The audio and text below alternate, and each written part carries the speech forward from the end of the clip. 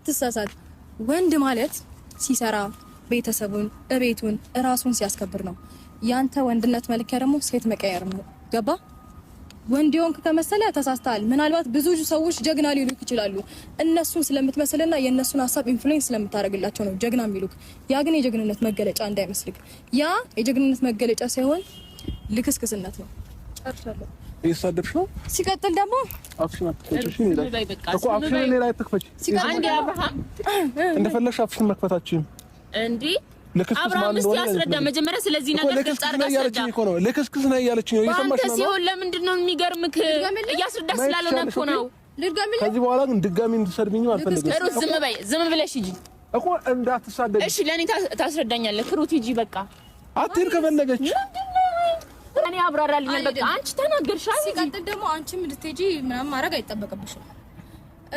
ኤኒዌይስ ይኸውልሽ አይደለ ተራሽ ደረስና አንቺ በተራሽ ተቀየረሻል ሲቀጥል ደግሞ